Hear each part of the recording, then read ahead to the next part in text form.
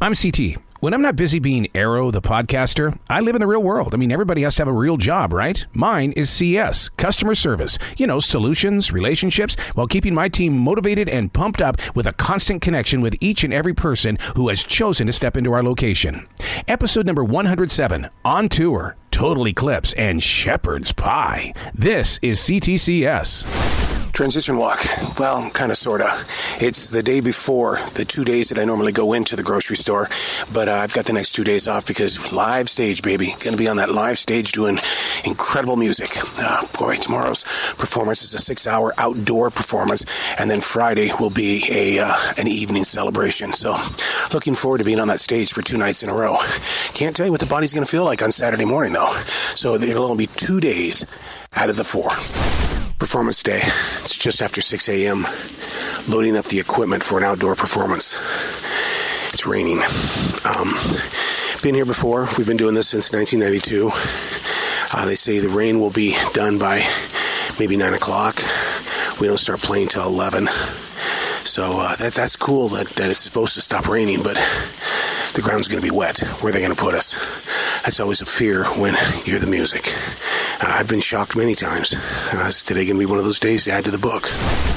Transition walk. Day number 2, out on the road. Had that big performance yesterday outside. Man, it rained in the very beginning. We did get some equipment rained on.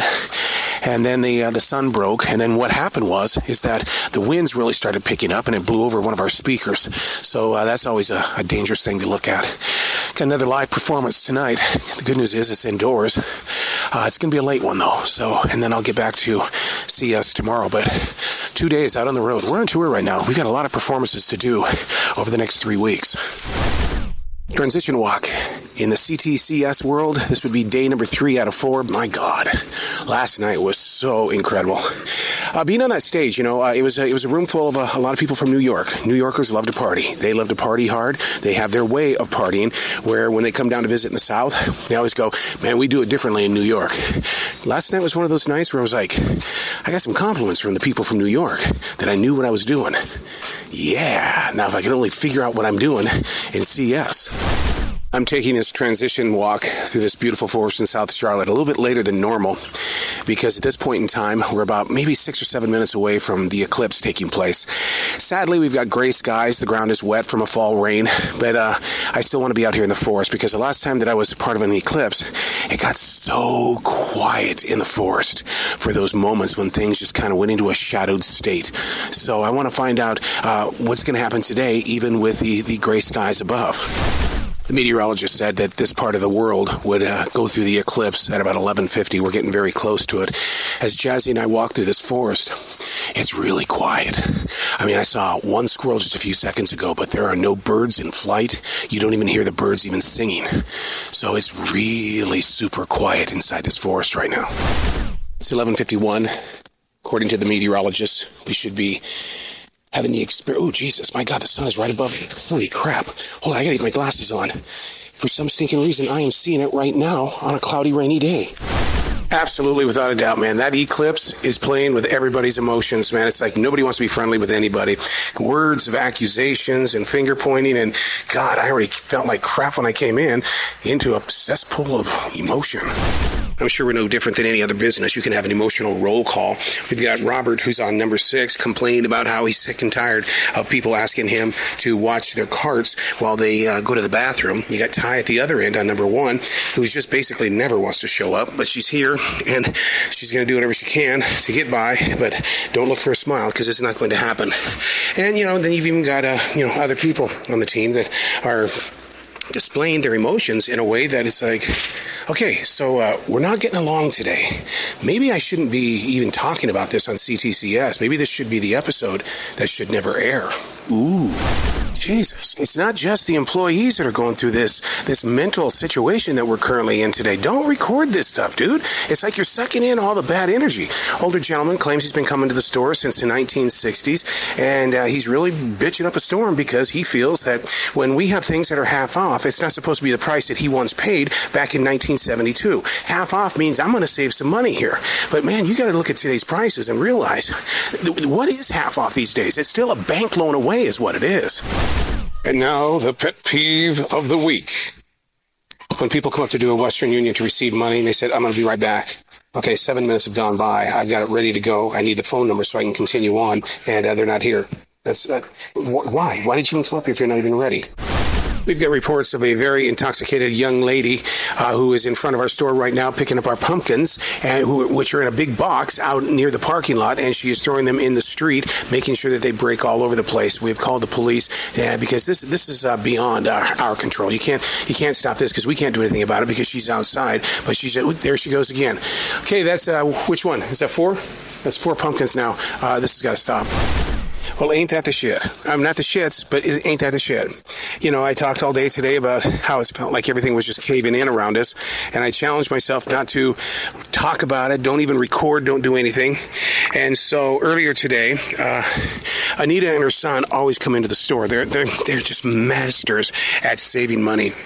And what happened is that today he was buying a bunch of things, and he says, yeah, my mom's been asking for some shepherd's pie. Well, Tiana and I, for the past couple of weeks, that's all we talked about is shepherd's pie. And what did we do? As I'm leaving the store, he walks in with these 3 amazing tubs full of shepherd's pie.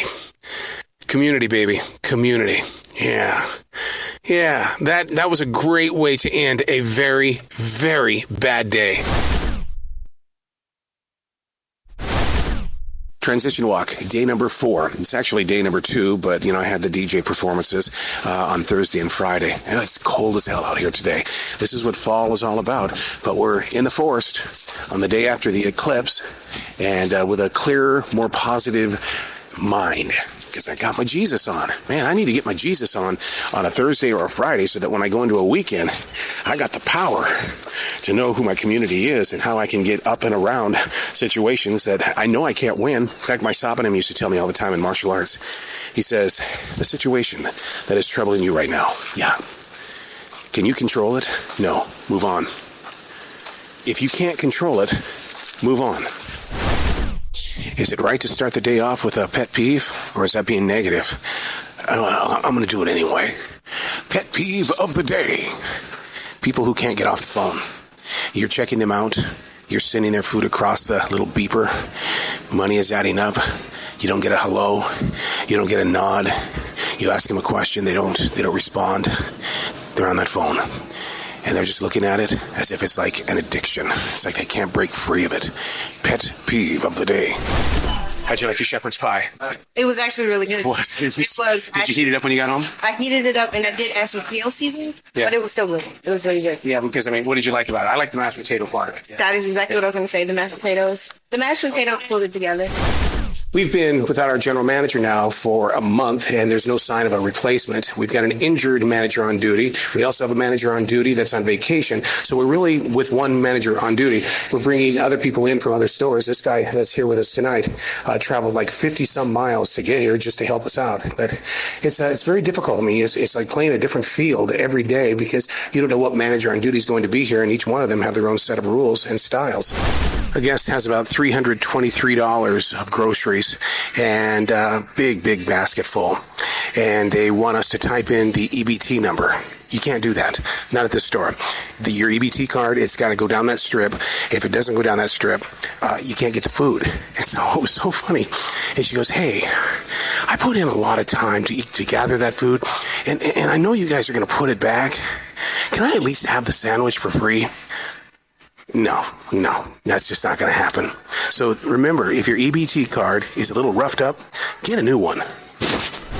Not every store in our chain is the same. There are some that do not have their customer service people ever work a register because you need people up in customer service. You can have them bag, you can have them do other things around the store, maybe do some putbacks here and there. But here at this store, you're on that register and you're busting serious tail. So when you jumped into that shepherd's pie, what did you expect? I expected, honestly, since it was from like a random person, yeah. I didn't expect it to be good at all. Yeah. It smelled amazing, which made me think, oh, this is about to be so bad. Yeah, see, in radio, we didn't eat anything from listeners because you don't eat listener food. You don't know if it's poisoned or anything like that. That's exactly what I was thinking of. But I was like, honestly, the way it smells, I'll risk it. It's the case of the missing smartphone. It's an Apple phone, and he's been scouring the store for about 35 minutes saying that the phone is here because it's got that automatic locator. And it shows that it's clearly here. His ringer is not on, and nobody has turned it in, but he doesn't know where he's dropped it at. So he's calm about it. You can also tell that he's getting upset. You see, the store is in a shopping center. So basically, I'm seeing the map, and it looks like that, it's here at 4101. But the thing is that he still feels it's here in the store. And so he's went outside for a little bit, because I asked him, I said, "Do you sure you didn't lose it outside?" He says, "I never even thought about that." I said, "Yeah, did it fall out of your bags or out of your pocket while you were getting in the car? Because sometimes my phone falls out when that happens. And, I'm such a dork as it is. So he's going to go outside and see if it's out there." The case of the missing iPhone has been solved. And what happened is that he had dropped it outside by this restaurant that is called the Park Road Soda Shop. And somebody had taken it inside the soda shop, and he just happened to go in there and asked, "Did anybody turn in a phone?" Sure enough. But, it's not reliable, those smartphone locators. Sure, it was in this area, but, he didn't leave it in our store, but he made a pretty good scene about it. Another one of those moments where it's, whoa, I didn't think I was so old. Chance, he's 18. He's on register number 1. Turns around to me on register number 2. And he goes, CT, oh my God, there's something wrong with this can of soup. I looked at it and I said, what's the problem? I thought that they all came with that little flip-flop thing where you just kind of pull back and the top just comes off. No, dude, this is the old-fashioned kind. This is the kind where you have to use a can opener to open it up. He goes, I've never seen that before. Whoa, I guess I'm just that old.